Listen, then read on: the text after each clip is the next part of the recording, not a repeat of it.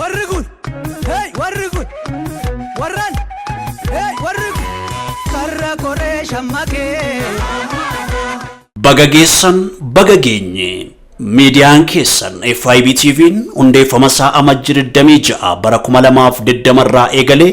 hanga yoonatti hojiiwwan afaan aadaa fi duudhaa seenaa siyaasaa fi dinagdee irratti onnachiisee hawaasa keenya giddu galeessa godhachuun bashannansiisaa barsiisaa hojiiwwan boonsaa hojjechaa ture hojjechaas jira.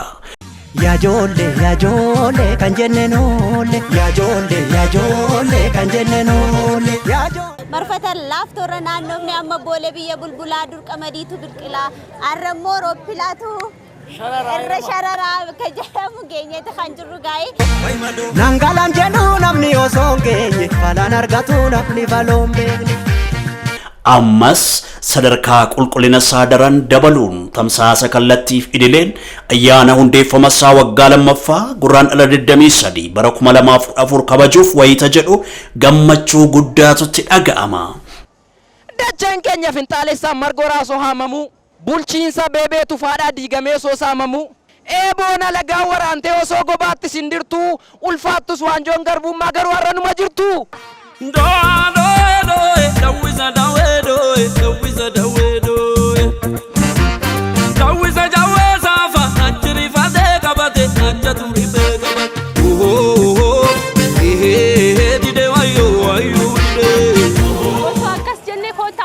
jenne warra hora jirullee waamna turre amma garuu gamoon uwwifamee akkatti wal waamu dhibe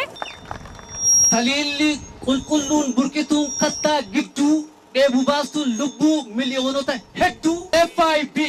faa'iba miidiyaa sabaa amma kan argamnu gaa caffee araaraati bulloo kiyya bulloo farda bulloo kiyya bulloo farda bulloo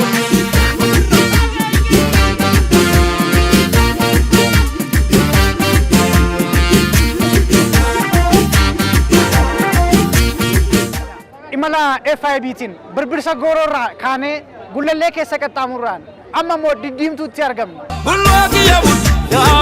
farda bulloo farda bulloo kiyya bulloo farda bulloo kiyya bulloo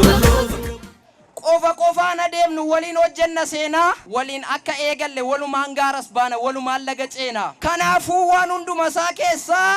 kotta sabni hundumtu FIB jabeessa marre